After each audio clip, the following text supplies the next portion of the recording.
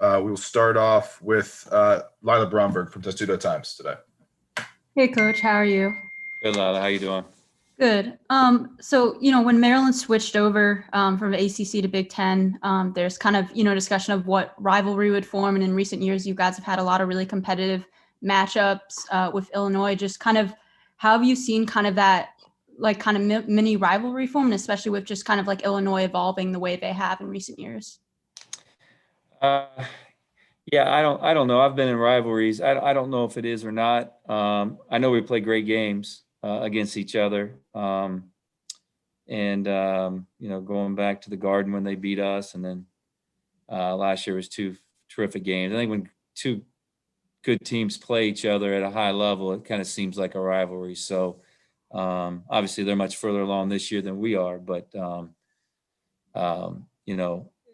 whether it's a rivalry, I don't know. I don't think they would look at it that way, and I don't think our guys would look at it that way, but we just know that we respect each other a tremendous amount.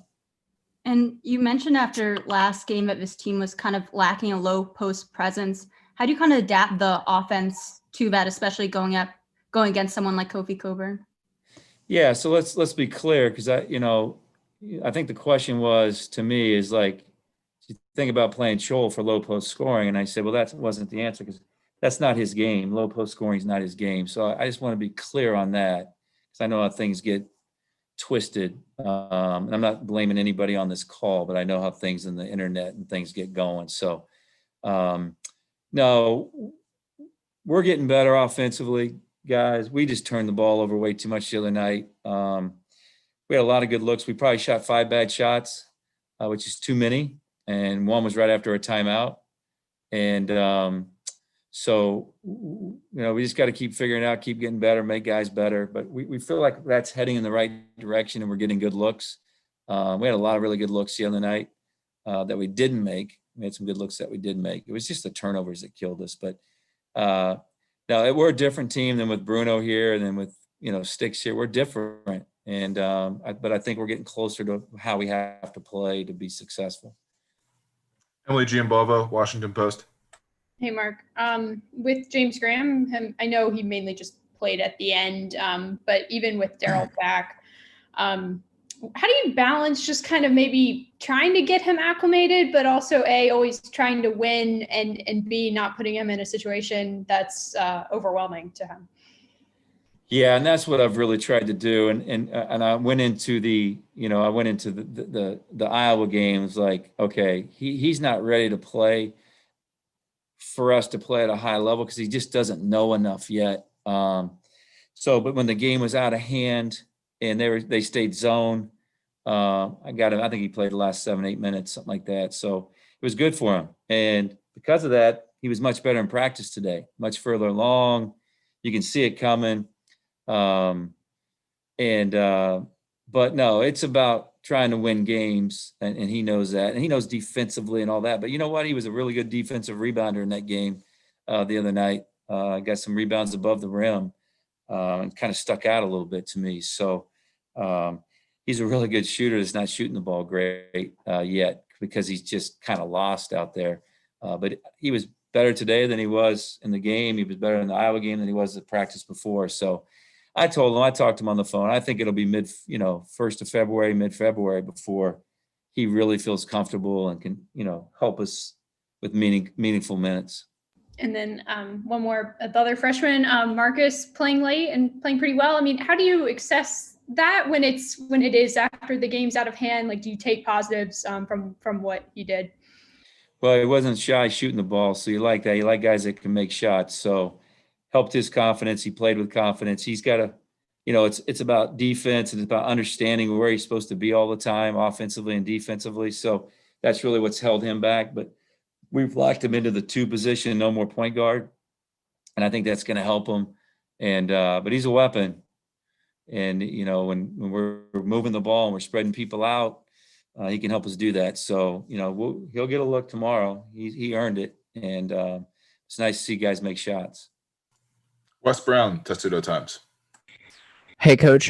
So sort of after the last game, you talked about Daryl, trying to get used to the mask and getting all that stuff. I'm wondering if you've seen anything in the last couple of days to see that he might be, getting back into his rhythm. Yeah, he's still a little rusty, but he was better today. And man, I felt bad for him the other night. And it just shows you how important he is to us. I mean, you think about the second half of Michigan, Indiana, we competed our tails off. We just couldn't get it done. And but he didn't play well in the Iowa game for him. And but he was better today. He was locked in.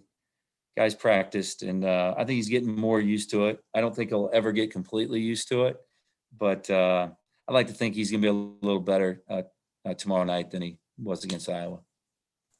Ed Lee, Baltimore Sun. Mark, after the game against Iowa, you mentioned how Iowa went to a zone defense because not much of a low post presence. Do you anticipate that Illinois and other teams might copy that? I don't think Illinois will. They're a pretty much man team. They might, if they couldn't guard us. Iowa couldn't guard us at the beginning. We were spreading them out. We were getting any shot we wanted as long as we were willing to work. So, we just watched every shot with the team. We had a lot of good looks. So, we had some where we shot too quick, but we changed sides with the ball. We moved it, we got the ball in the paint, played inside out. We had a lot of good looks. It was the turnovers and transition defense. That was that game. I mean, because when we went through every offensive possession without the turnovers, looks pretty good, guys. Looks pretty good. So we were happy with it. And 16 turnovers for 24 points or whatever, that's not good enough against top 10 teams. So if I could follow up, earlier you said that you think that you're getting closer to being the team, how you want to play to be successful. Yeah. Can I ask, what are some of those elements that you want or that you foresee as being helping you guys be successful?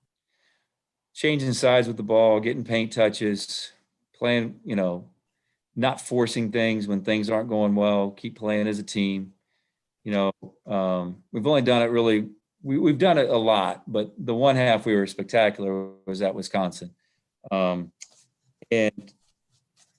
think offensively it's closer than you think. The turnovers the last two games have been a little bit disturbing, 12 and 16, because we were getting so much better at that. We're doing a lot of things that we're getting used to and just getting more comfortable with it. And I think the guys are comfortable with it. So we feel like we're closer. We feel like we're doing all the right things. Are we playing exceptional yet? No. But and the thing we talk about with our team, we just want to play the best that this team can play and then see where it takes us. So, and then defensively, we've made some changes and a lot of rotations, a lot of different things. But if we don't play any harder in transition defense than we did against Iowa, we're not going to beat anybody. So we got to learn from our mistakes and try to get better. When you're not an exceptional team, it's something different every game. And right now, you can go to the Indiana game, it was boxing out. You can go to Iowa, it was turnovers and transition defense. So, when you're not great, and you're still trying to, you're trying to figure it out as a young group or as a group,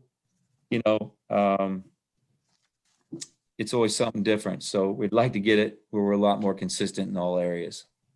Last question today, Brandon Simberg from the Daily Illini. Hey, Mark, when you're game planning for a guy like Kofi Coburn, what kind of problems does he bring? Yeah. Well, there's just not many humans on earth that are like that and that skilled. Yeah, it's a load, especially for this year's team. It's a load for us. We got a few different ways that we can try to help our centers out best we can. And, you think about it, from Purdue to Wisconsin to Michigan to Indiana's 5-man to Luka Garza to this kid. I mean, it's not a good year to be small. And normally we're big and long and athletic around the rim, but we're not this year. So it is what it is. Bad timing for us. A lot of these guys came back and we just got to keep trying to figure it out and keep our big guys out of foul trouble. And because we rebound better when we have some bigs out there. We're going to play Chol tomorrow. And hopefully he plays well, and hopefully his length can